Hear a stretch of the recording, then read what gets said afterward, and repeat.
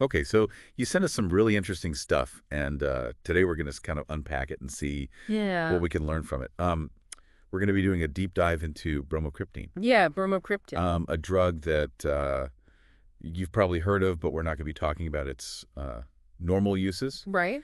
We're going to be looking more at what your sources say about its potential role in body composition, Yeah. metabolism, and all the things that kind of go along with that. Mm. So yeah, that's kind of the mission today, is to figure out what we can learn from this material. Yeah. The main source that you sent us was a booklet just titled Bromocriptine Yeah. by Lyle McDonald. Yep. And, before we get into the actual details of the drug itself, it is important to kind of understand where Lyle is coming from. Right. He kind of lays out his perspective pretty clearly in the beginning. Yeah. He describes himself as having a libertarian stance on drug use, Okay. which is basically meaning that, as long as someone's making informed choices that affect only themselves, then it's their business. Right. Yeah. He also explains why he typically doesn't discuss drugs in his work. It's not really his main area of expertise. And he feels there are people who are much more knowledgeable about that than he is. Right. So then you kind of wonder why a booklet on bromocriptine? Right. Like, what shifted? Well, and he does mention that Yeah. kind of a depressing realization that there are only so many things you can do naturally. Right. And there reaches a point where if you want to achieve certain things, it may require something beyond that. Yeah. Yeah. So he lays out his criteria for what he considers a good drug. Inexpensive, readily available, effective, and relatively safe. Yeah. And, he's also upfront about the fact that he doesn't want this to make him, the sudden drug guru. Yeah. He's approaching this from a very pragmatic standpoint. Sure. These are just tools that can be used if Sure. they're applicable. But also a really important thing right at the very beginning is the FDA disclaimer. Right. Bromocriptine is a prescription drug. It's been approved for very specific medical conditions. Hyperprolactinemia, which is elevated prolactin levels. Right. Parkinson's disease, which is related to low dopamine. And acromegaly, which is excessive growth hormone. Yeah. The things that we're going to be discussing, things like body recomposition, that's not FDA approved. Right. However, legally, your doctor can prescribe a non-scheduled drug like this for off-label uses if they feel that it would be beneficial. Right. And that's an important thing to understand. Yeah. He also gives you a little bit of a roadmap of the book. Yeah. He explains that a good portion of the booklet is explaining the physiology behind it. Yeah. The how and the why. Yeah. But if you're someone who just wants to jump into the practical application, Huh. He suggests that you could skip ahead to chapter 7 and then come back to the foundational stuff. Yeah. Makes sense.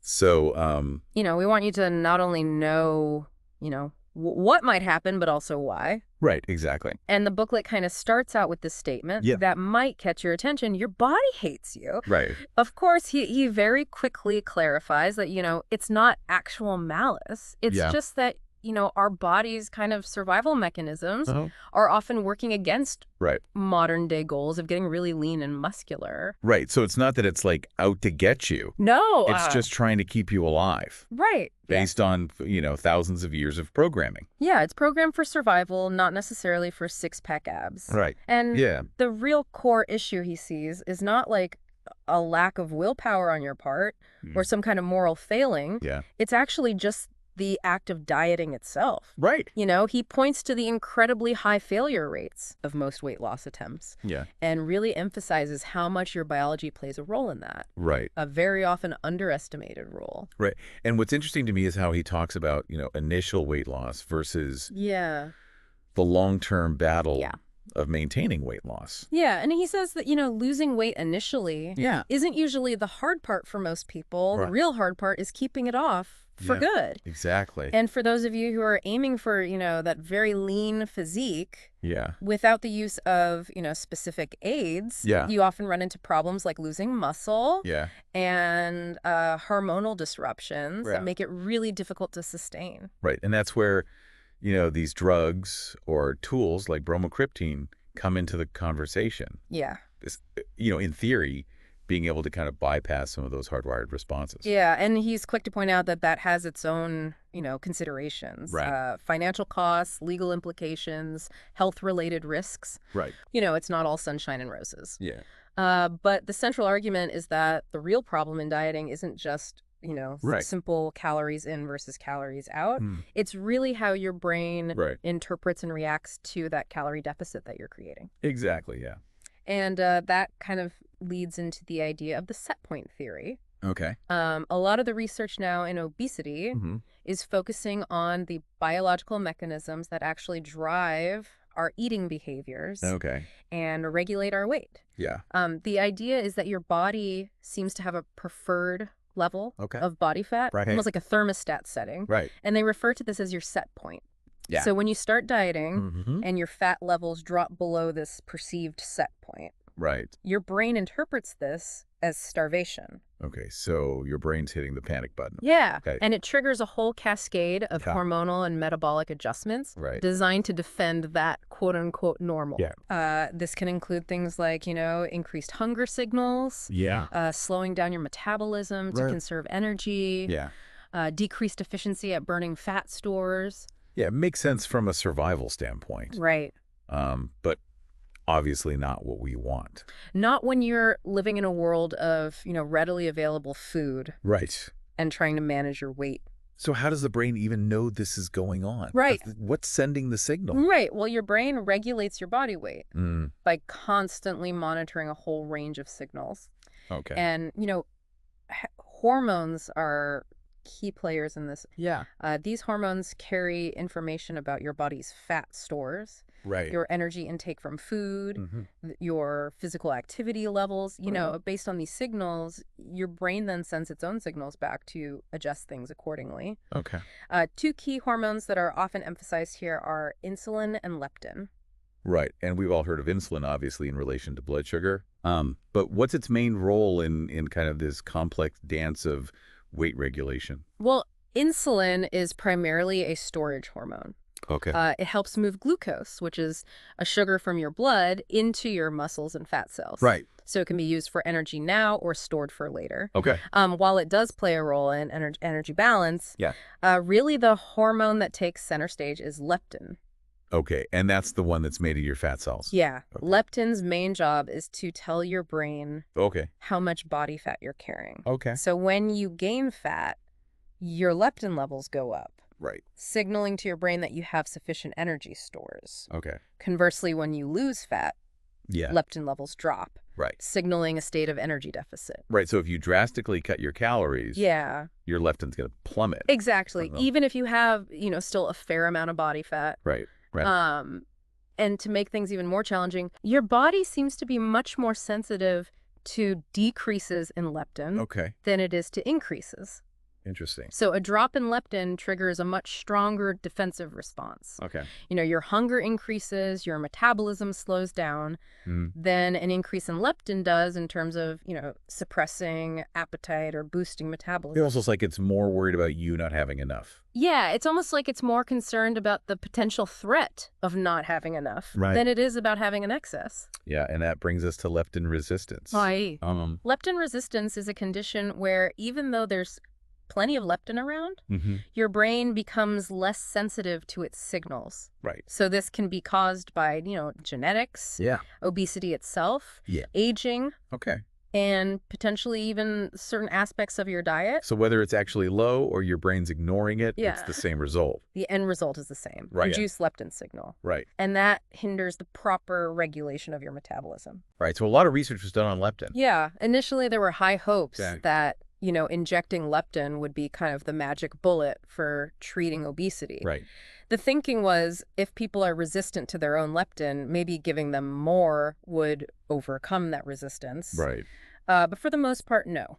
Yeah. It didn't really work out that way. It didn't really pan out that way. Right. While there were some positive effects observed at very high doses, it didn't prove to be a general solution for, the vast majority of people. Yeah. The high cost and the fact that it had to be given by injection also made it very impractical. Yeah. However, the idea of manipulating leptin's effects remained a very important area of research. Right. So maybe it's not about just like massively increasing it. Yeah. But somehow manipulating it. Right. And McDonald highlights one particular study where they gave low doses of leptin to individuals who had already lost weight. And it actually helped to reverse the drop in thyroid hormones and metabolic rate that often occurs during dieting. And even led to further fat loss. Interesting. So that was very interesting. And that brings us to the main subject of the booklet. Yeah. Bromocriptine. Yeah. So what is bromocriptine? Bromocriptine is what's classified as a dopamine D2 receptor agonist. Okay, so dopamine being a neurotransmitter in your brain. Yeah. Associated with pleasure, motivation, all those things. Right. And bromocriptine's kind of acting like dopamine. Well, it works by binding to and activating specific receptors in your brain called D2 receptors. We do. Yeah, so you can kind of think of it like, a key fitting into a specific lock. Okay. Dopamine is the key. Right. And the D2 receptor is the lock. Okay. And bromocriptine can also fit into that lock. Gotcha. Okay. And activate it. So what were some of the medical uses of bromocriptine before people started looking at its effects on metabolism? Yeah, so clinically, bromocriptine has been used to treat several conditions that involve hormone imbalances. Primarily, it's been prescribed for hyperprolactinemia, which is, a condition where you have abnormally high levels of the hormone prolactin in your blood. Yeah. It's also used in the treatment of Parkinson's disease, which is characterized by low levels of dopamine in certain parts of the brain that control movement. And lastly, it's also used to treat acromegaly, which is a condition caused by your body producing too much growth hormone. So in all these cases, bromocriptine is helping to normalize hormone levels. Through its effects on these dopamine receptors. Right, and so it's a drug that's been around for a while then. Yeah, it is a relatively old drug. Its use spans about 30 years by the time this booklet was written. Right. And McDonald points out that this extensive use, with studies involving over 24,500 subjects. Yeah. And millions of prescriptions being filled suggests that, any major, really serious side effects would likely have become well known by now. Right. Of course, with any medication, minor side effects can occur. Sure. But they tend to be related to the dosage. And generally manageable. So that's good. Yeah. So how did they even start to suspect that this could have, metabolic benefits beyond its, Well, early studies in animals, Okay. Specifically mice, rats, and even pigs, Okay. Started to show some intriguing results.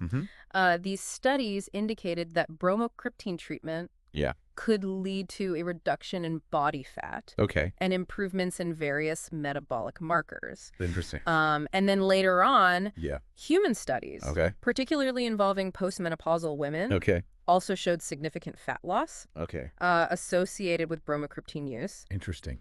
And then what was really interesting was that studies in individuals with type 2 diabetes showed that it could reduce body fat and improve their blood sugar control, sometimes without significant weight loss. Interesting. So it seemed to be having these effects beyond, just what it was known to do. Exactly. It was having these broader impacts on how the body was managing fat and energy. Okay. And so the hypothesis is that bromocriptine might be mimicking some of the actions of leptin in the brain. Okay. If this is the case, it could potentially prevent that metabolic slowdown and the other negative adaptations that often happen when you're dieting. The research also showed some promising signs of improvement in insulin sensitivity. Insulin sensitivity, huge. Yeah. Especially when we're talking about long-term health. Right. Can you remind me again, why is that so important? Well, insulin's main job is to regulate glucose levels in your blood. Yeah. Right. It helps move that glucose from your bloodstream into your cells,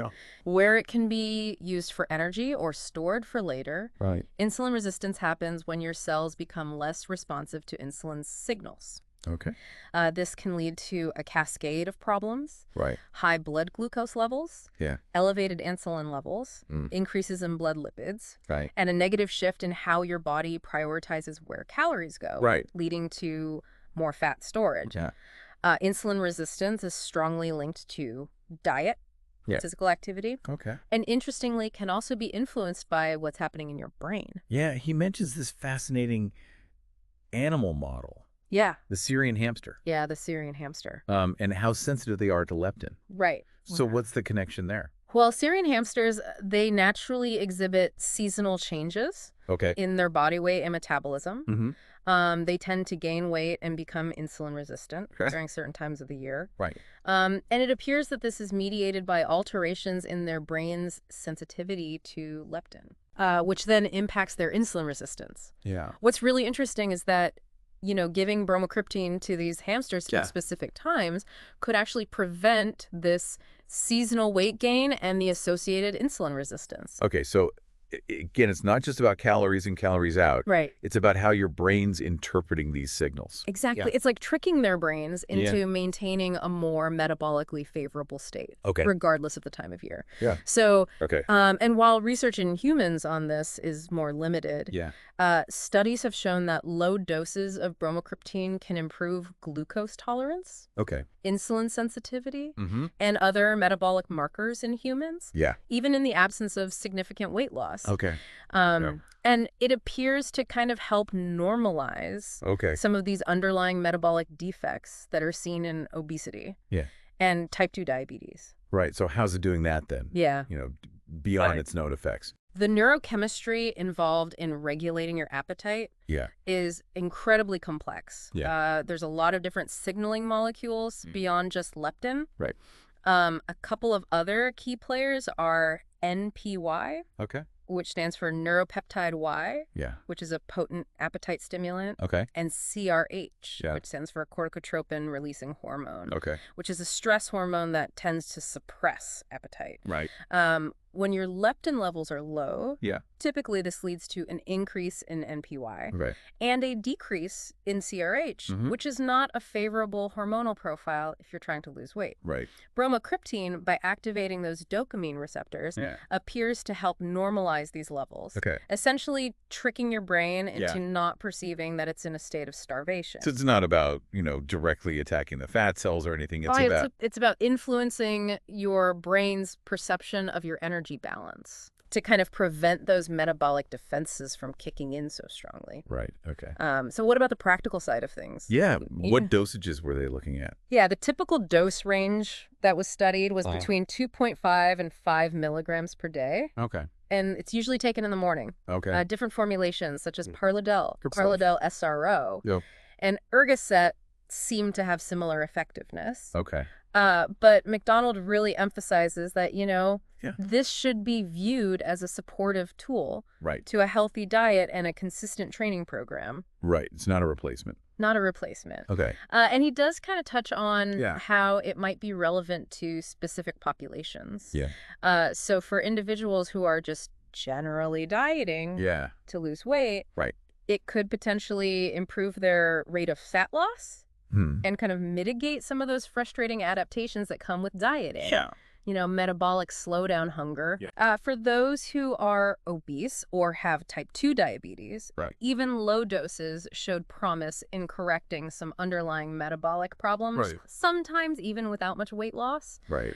And then he raises an interesting point for those who use anabolic steroids and are going through what's called post-cycle therapy. PCT. Yeah, PCT. He suggests that bromocriptine might be beneficial in helping to normalize the function of the HPA axis, which is the hypothalamic pituitary adrenal axis, as well as the HPG and HPT axis, which are the hypothalamic pituitary gonadal and thyroid axes, potentially aiding in recovery and preventing, rebound fat gain, muscle loss after a cycle. He does make it clear that, it's not a primary growth hormone releaser. Any increase in growth hormone that you experience is probably not going to be significant for muscle growth. And then, he even includes a little humorous aside about potential untested uses in overweight pets. Right. So, who knows? Right. So let's say someone's intrigued and wants to look into this more. Yeah. Obviously, talking to their doctor first. Absolutely. Where could they even get it? Yeah. So in the United States, you do need a prescription from a physician. Right. But in the booklet, he did mention that you could actually order it from overseas pharmacies without a prescription at the time. Okay. Due to certain loopholes. Interesting. And also, he points out that at the lower dosages that are typically used, it's actually a relatively inexpensive drug. Okay. Now, he does mention a couple other things. Yeah, he mentioned some other dopamine agonists. Yeah. Like pergolide. Pergolide. And cabergoline. Cabergoline. Do those have the same potential? Well, they are other dopamine agonists, so they might have similar effectiveness. But there could be issues with availability, costs, and the amount of research that's been done on them. Right. He also mentioned selegiline, which is a dopamine reuptake inhibitor as another possibility. Okay. But there's even less research on that one. Okay. One more interesting thing that he brings up is the potential link with sexual function. Yeah. So how does that play in? Well, dieting can often lead to a decrease in libido. Yeah. And that's likely due to the reduction in leptin, which then can affect, other hormones, including dopamine and sex hormones. Yeah. Bromocriptine, by normalizing dopamine, might have what are called prosexual effects. Right. So it might counteract some of the negative impacts of dieting on your libido. Okay. And then he kind of ends with a little teaser. Yeah, about some cutting-edge research. Yeah, about some very cutting-edge research that he's been looking into regarding bromocriptine and the fat cells themselves. Yeah. What was that all about? So he briefly touches on the idea that both bromocriptine and leptin might be able to induce what's called apoptosis in fat cells. And that's programmed cell death. Yeah, it's essentially programmed cell death. Okay. And this is based on some interesting findings from animal studies. Okay. He does note that fat cell apoptosis does occur in humans under very specific and often severe conditions. Right. And his ongoing research was aimed at exploring safer and more effective ways to potentially achieve this. Right. And it seems like it might require a certain level of leanness to be effective. Interesting. So that was kind of a forward-looking area of research. A very forward-looking area. So he does include this very detailed appendix about the FDA application for Ergocet. Right. Which was a faster-acting formulation of bromocriptine for the treatment of type 2 diabetes. Right. So why do you think he included that? Well, it provides really good context, about the regulatory hurdles involved in getting a drug approved for a new medical indication, even if it's already been used safely for other things. Right. So they were seeking approval for Ergocet for the treatment of type 2 diabetes. Right. He goes into detail about the process, the data that they had, the effectiveness, the safety profile, the proposed mechanisms of action, and also highlights the FDA's concerns and their ultimate decision not to approve it. Okay. So what were their concerns? Right. It doesn't sound like it was ineffective. Right. It wasn't necessarily that it was ineffective or dangerous. It was more that they wanted more robust and longer-term data from human studies, demonstrating clear efficacy across, a variety of different patients, as well as, a more thoroughly understood and definitively proven mechanism of action in humans. Right. So they acknowledged the science was promising, but they felt that the evidence presented wasn't really strong enough yet. Gotcha. The second appendix he gets into, but combining it with other compounds. Yeah, drug interactions. So he really strongly advises against combining bromocriptine with stimulants like ephedrine or clenbuterol.